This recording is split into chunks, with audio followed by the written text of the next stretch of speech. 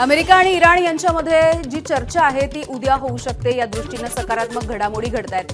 करार झाल्यास स्वतः डोनाल्ड ट्रम्प देखील सहभागी होऊ शकतात। पाकिस्तानामधल्या सूत्रांची रॉयटर्स या वृत्तसंस्थेला माहिती। इराणच्या सर्वोच्च नेत्याची दुसऱ्या फेरीच्या चर्चेला मान्यता। शिष्टमंडळाला चर्चेसाठी जाण्याची परवानगी। अमेरिकन मीडियाचा दावा। अमेरिकेसोबत चर्चेसाठी शिष्टमंडळाला पाकिस्तानला जाण्याची परवानगी। इराणकडून मात्र या दाव्याला पुष्टी नाही।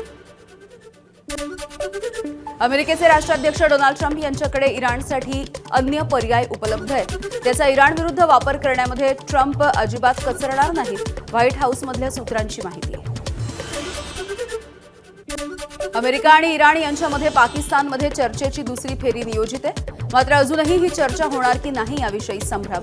हॉर्मुझच्या सामुद्रधुनीमधील अमेरिकेच्या नाकेबंदीमुळे इराणचा संताप, त्यामुळे शांती चर्चेविषयी संभ्रम कायम। अमेरिकेची नाकेबंदी तोडून इराणचं इंधन जहाज यशस्वीपणे खर्गच्या बेटाजवळ। मार्च महिन्यामध्ये इंधन घेऊन इंडोनेशियामध्ये गेलेलं जहाज आता परतून खर्गजवळ पोहोचलंय। इराणकडून आता चर्चेसाठी मवाळपंथी गटाला साईडलाईन केलं जात आहे। इराणी लष्कराचे प्रमुख अहमद वाहिदी यांनी सूत्र हाती घेतली। त्यांना इराणच्या सुप्रीम काउन्सिलचे सचिव मोहम्मद बाघेर जोलगद्र यांचे समर्थन। जोलगद्र यांच्या पहिल्या शांती वार्तेच्या शिष्टमंडळामध्ये समावेश। शांतता चर्चेपूर्वी डोनाल्ड ट्रम्प यांची इराणला पुन्हा एकदा धमकी। करार झाला नाही तर इराणवरती आजवरचा सगळ्यात मोठा हल्ला केला जाईल। अमेरिकेचे राष्ट्राध्यक्ष डोनाल्ड ट्रम्प यांचा इराणला इशारा। शांतता चर्चेपूर्वी इराणचं महत्त्वाचं वक्तव्य। धमक्यांच्या सावलीमध्ये वाटाघाटी करणं अस्वीकार्य। 2 आठवड्यांमध्ये आम्ही युद्धासाठी नव्याने तयार झालोय। मात्र हॉर्मुझमध्ये नाकेबंदी लादून ट्रम्पकडून शस्त्रसंधीचं उल्लंघन होत आहे। इराणच्या संसदेचे अध्यक्ष मोहम्मद बघेर घलिबाफ यांचं वक्तव्य। शांती चर्चेच्या आधी इराणच्या अध्यक्षांचं मोठं विधान। अमेरिकेवरती विश्वास ठेवणं शक्य नाहीये। इराणच्या कुठल्याही दबावाच्या समोर आम्ही वाकणार नाही। इराणचे अध्यक्ष मसूद पेजेस्कियन यांनी हे स्पष्टीकरण दिलेलं आहे। इराणसह चर्चेसाठी अमेरिकेची 10 विशेष विमानं पाकिस्तानामध्ये सध्या दाखल झाली आहेत। उपाध्यक्ष जेडी व्हान्स यांचं एअरफोर्स 2 हे विमान मात्र यामध्ये नाहीये। व्हान्स अमेरिकेमधून निघाल्याचा डोनाल्ड ट्रम्प यांनी दावा केलाय। प्रत्यक्षामध्ये जेडी व्हान्स हे पाकिस्तानमध्ये मात्र पोहोचलेले नाही। शांती चर्चेच्या आधी इराणमध्ये इमाम खामेनी आणि मेहराबाद विमानतळ पुन्हा एकदा सुरू करण्यात आले।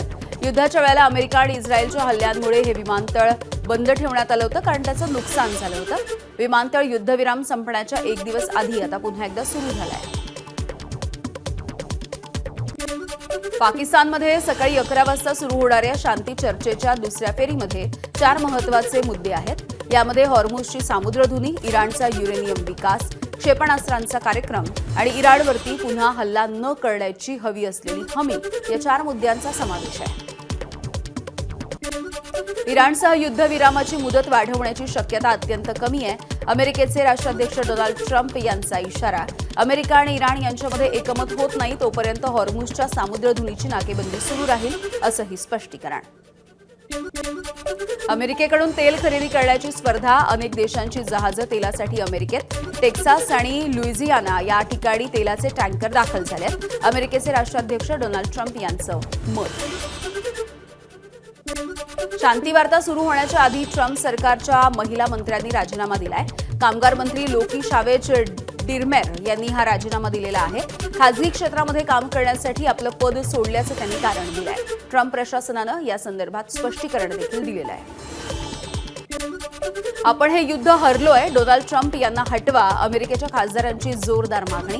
ट्रम्प यांना हटवण्यासाठी 25व्या दुरुस्तीचा प्रस्ताव देखील आणला जाणार आहे।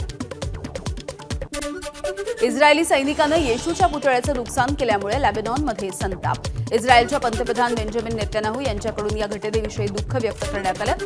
घटनेबद्दल इस्रायलचे परराष्ट्र व्यवहार मंत्री गिदॉर सार यांच्याकडून ख्रिश्चन समुदायाची माफी। एबीपी माझा, उघडा डोळे बघा नीट।